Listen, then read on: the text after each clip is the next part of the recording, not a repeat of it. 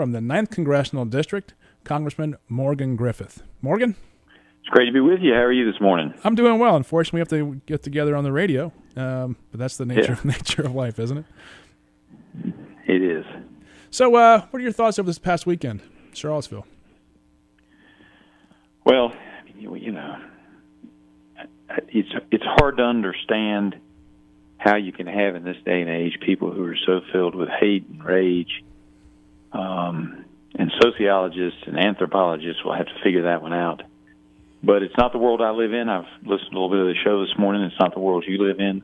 Nope. Most people get along pretty good, but obviously there are some who have issues. And as a result of that, and you had an explosive situation and it exploded, you had one individual who was determined to commit mayhem in particular. And anytime somebody's driving a car into a group of people intent on hurting them, it's a serious crime. And the Justice Department is looking into that from a hate crime standpoint. He's already been charged under Virginia law. We'll have to see where it goes. But, you know, white supremacy, Nazism, it's all anathema to me and to most of the people in Virginia, as is hate of any kind that is like that. Yeah, I mean, we've all had political disagreements over time. You and I served together in the House for 8 years. You're now in Congress for, gosh, this is 6 years you've been up there? 7? Yeah, I'm in the 7th, yeah. Wow, that's great. Thanks for your service. But, you know, what I fail to see is the inability for people to disagree and be disagreeable at the same time. I mean, we've had our, you know, in our own caucus, we had some knockdown dragouts, almost literally knockdown dragouts within people who generally agree with each other 95% of the time. But there comes a time when you have to say, okay, well, we have to dust ourselves off and come back again and recommit ourselves to the process. And the process is really important in this country. And I know it's really important to you personally because you were the guardian angel of the rules of the House of Delegates. Well, I don't know that I'd be called an angel about the Democrats, but no, but it was important that we follow the rules, and that even when we had bitter battles, that we follow the rules. And I can remember one occasion where, bless his heart, I don't think Bob Holt realized what he was doing, but the Senate had amended one of my bills improperly. And the way it was working at the time, if anybody raised the issue of germaneness, the bill just died instantly. Really? If it was not germane, and the Senate did that to one of my bills, and Bob Holt stood up and he said, "Mr. Speaker, I'm just curious, is this amendment germane?" And the Speaker looked at me, and I just threw my hands up because that was the end of it. It was done. And it wasn't that there was any animosity. It's just, you know, you got to follow the rules. And the rules in Virginia somebody had to raise the my bill was killed. Yeah, but you follow the process, and you know. Was that when the Republicans were in the majority? Oh yeah. Okay. Oh, yeah. Okay, so they couldn't just reject the amendment; it just was ruled non-germane. The bill died. That's right. What happened? It only happens about once or twice a year. It's the same thing that happened to that redistricting bill.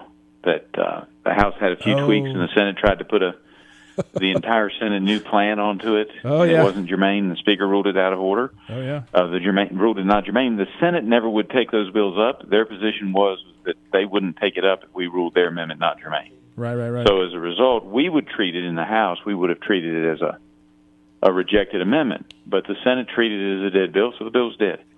But, you know, you have to follow the process, even when it's your own bill, and that was one thing that I was very adamant about. And you know, you got to follow the rules, and if you do and you stick to the principles that were set up, not looking at a particular issue, but set up to run the place effectively and efficiently, if you do that, more often than not, things work out right. And when I say you were the guardian angel of the rules, because you knew the rules so well, whenever there was a question, we all just kind of looked, we just kind of guided our eyes towards Morgan going, you're up. And you were always spot on in your analysis and in breaking down the rules. And some of the most difficult fights we had on the floor were on changes to those rules. And that's true. they were some good ones. And you know, I think one of the things that's a hallmark of Virginia government that people don't know, and I think it's important to let our citizens know, is that the government in Virginia, the General Assembly, adheres to the rules. Single object rule is really important. No fundraising during session, I think, is really important. And the one from Jefferson's manual that you've shared with me and faxed to me, that part where if you offer an amendment to a piece of legislation, you are duty bound, if it's accepted, to support the bill going forward, so we don't have poison pill amendments. Yeah, and I wish Washington would follow that rule. I've pointed out to a number of people. I've actually gotten some folks who didn't realize that to now acknowledge that is a part of the heritage. But most members in Washington don't, so people are always putting in poison pill amendments, and what Jefferson said was very clear. You shouldn't be in the amendment process if you don't care for the bill. So his line, and I'm going to paraphrase it, was something along the lines of, a bill should not be placed in the care of one who cares for it not. Right, and actually I have it right in front of me, because when I called you about this, well, there you go. You go, well, actually, it's right in front of me, because you had it in your office. He put it in, I think, in terms of caring for the child. That's right. And we just like a child, right? Yeah, and that's what a bill should not be placed in the care of one who cares for it not. Right. The child is not to be put to a nurse that cares not for it, I think, is the actual line here in Jefferson's manual. There you go. And because the joy of our democratic process is founded in these rules, so that they do restrain us from our otherwise humanly pursuits. That we say, no, this is how we do things in America. This is how we do things in Virginia. So that when we do have disagreements, the rules restrain our excesses. Is that fair?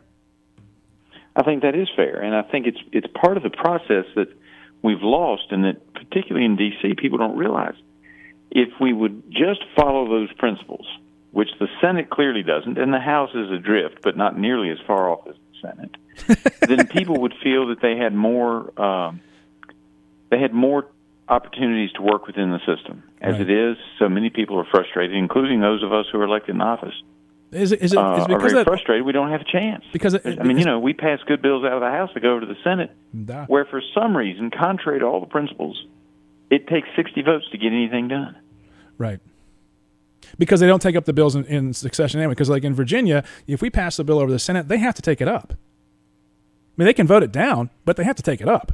It will be heard. They take it up in committee even and could kill it, but it has to come up at some point. Absolutely. Right. Well, if you're going to make the House doesn't do as well either. We send bills. You'll love this. We send bills out of committee. So a bill gets out of the committee I serve on, Energy and Commerce, and it may not be seen ever again. Oh. The committee has reported it out favorably, but along the way, it just never gets to the Rules Committee because leadership decides to put a hit on it. And it never shows up. I can remember Bob Marshall on an issue that he cared a lot about. 3 days passed on the floor of the House, and next thing you know, it's not on the floor, and he's standing up saying, "Mr. Speaker, where's my bill?" Because in the Virginia House, got out of committee, you could expect it on the floor 3 or 4 days later. Oh yeah. Was that a pocket veto? Well, that happens a lot, or the bill comes dramatically transformed to the floor in a different version than it left the.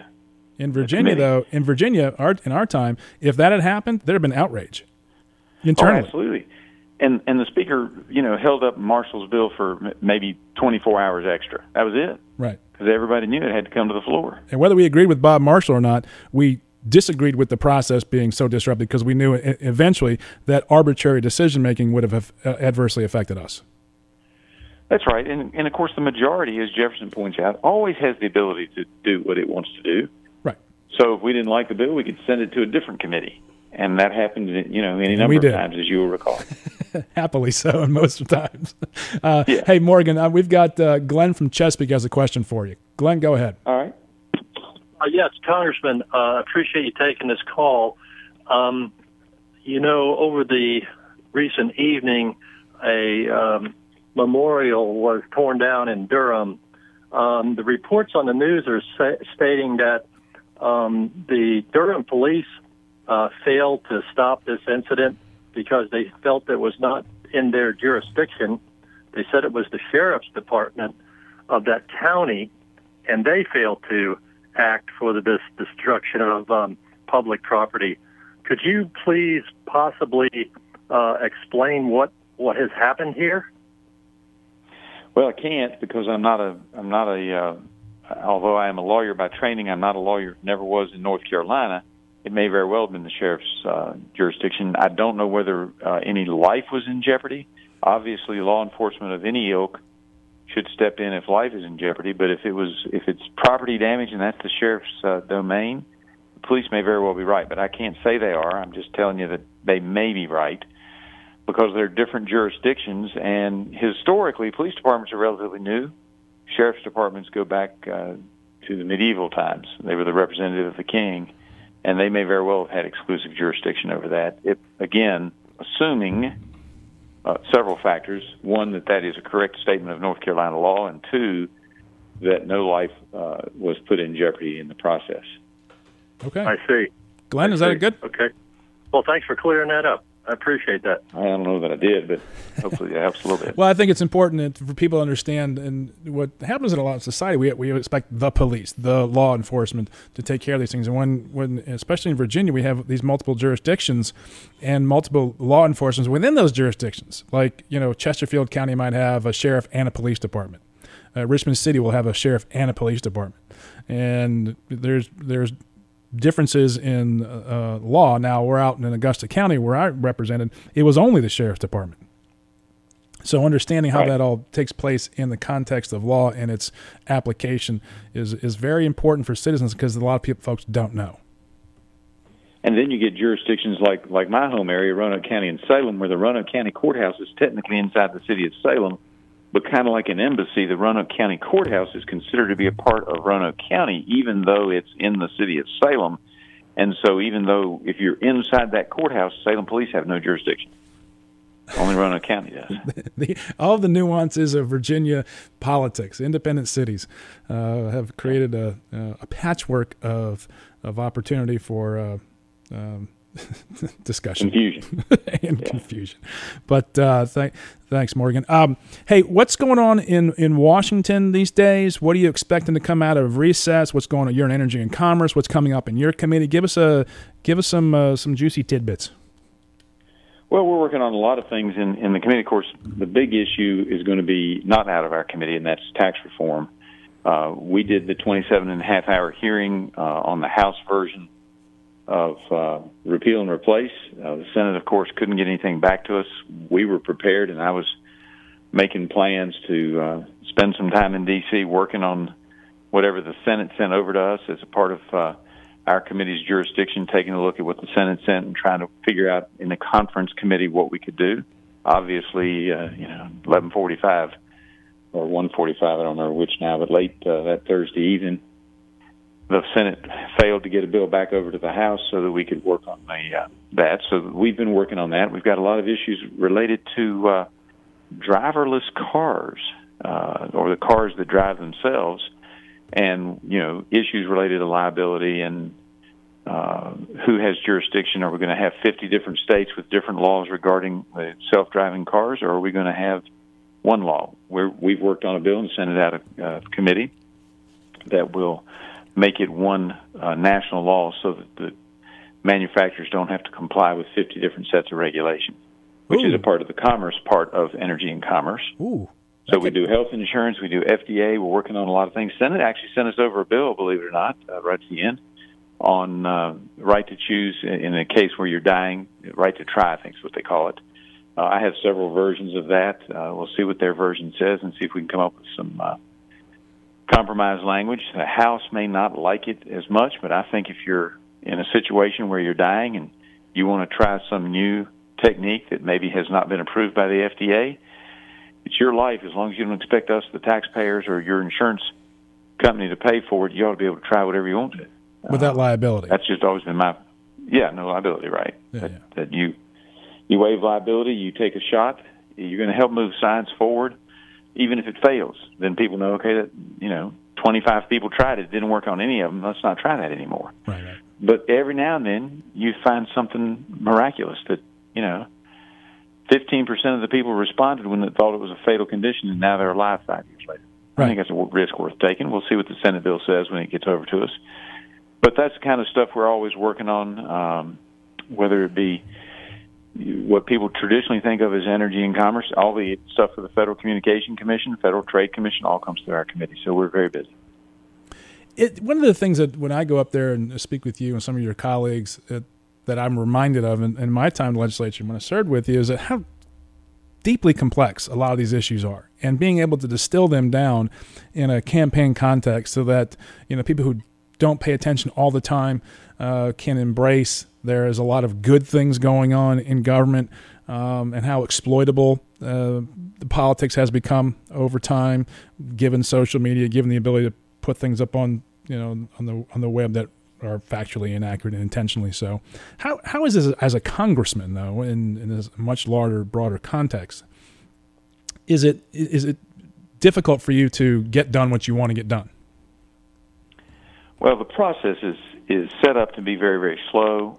I think we could make it a little faster if we didn't have to have, as you'll know, in Virginia, our committee hearings generally where the witnesses would stand up, people on one side would say their piece, people on the other side would say their piece, and then you'd move forward on language and try to get the thing done. In Washington, the tradition is that you hold lots of long hearings about an issue, even when there's unanimity. We've had some bipartisan bills that, we spend 2 hours in committee talking about it, in a hearing 2 or 3 hours, and there isn't any disagreement. Everybody, Democrats and Republicans, are in agreement. We send that bill on out. But we could have used that 2 hours maybe trying to iron out some other areas where we actually did have disagreement. But because there's this tradition that you can't move a bill forward until you've had a hearing on it, we spend hours on a hearing where, we really could probably take care of it in about 20 minutes. No kidding.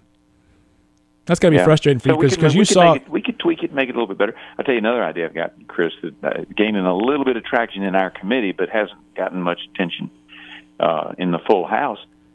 I have absolutely no problem with night hearings, and I think our committee and others should be doing night hearings. Picking one night, maybe 2 nights a month where you do night hearings. That increases the number of hearings you get. That increases the number of bills. Well, goodness knows, I knew you grinded it out in courts of justice until 3 o'clock in the morning, almost weekly, to get the work done. Is that is there a lack of committee work, actual work that goes on from my context of the General Assembly and how we just would grind bills all day long, subcommittee, committee, full floor, committee, subcommittee, all into the night?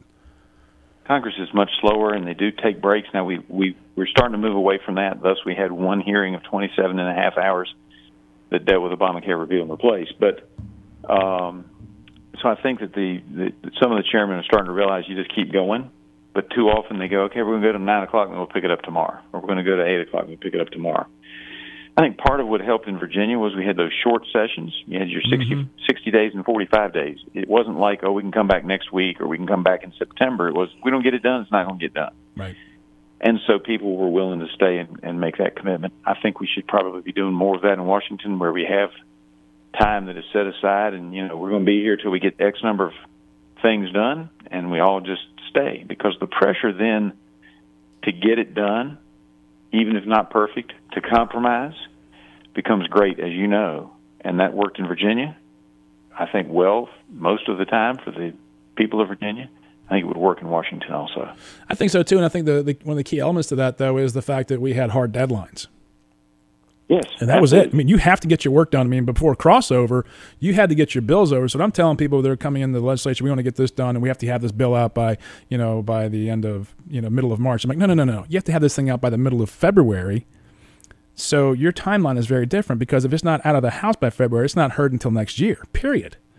And it seems like in Congress, it's kind of like, well, we'll just get around to it. And as long as we get to it by the end of the 2-year term, then we can get to it. So it's okay to punt. I mean, it seems like the quarters, if you will, taking a metaphor from sports, are very long.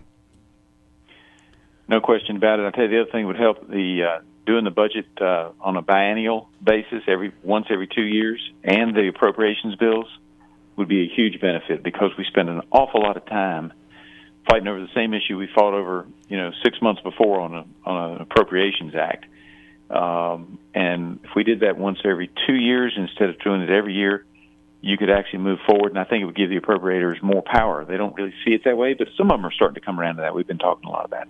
How do we as citizens help you get momentum on these rule changes that would have to take place without being a threat to leadership and seeing it as like, here comes the Freedom Caucus again. They're trying to upset the apple cart and, take over, I mean, these are substantive reforms that would really make Washington work a lot better, if you will, drain the swamp, wouldn't it? Well, I would say talk to your congressman. You know, you've got people listening all over the state, whether they be Democrats or Republicans, and ask them to, think about ways we can be more efficient. And I'm happy to talk to anybody. I'm happy for anybody to carry an amendment. And then, a note to leadership. And Speaker Ryan and I get along well. He knows this is one of my things. I like to tinker with the rules. Just saying, hey, why don't you reconvene a group to take a look at the rules to make us more efficient? Well, that would be fantastic. I know it's a passion of yours. Morgan, I want to thank you for calling in to the John Fredericks Radio Show. This is Chris Saxman filling for the vacationing John Fredericks. Morgan Griffith, fantastic congressman in the 9th Congressional District, the fighting 9th, Deep South West Virginia. We appreciate your service to the Commonwealth. Our best to your lovely bride, Hillary, and we hope you have a great day.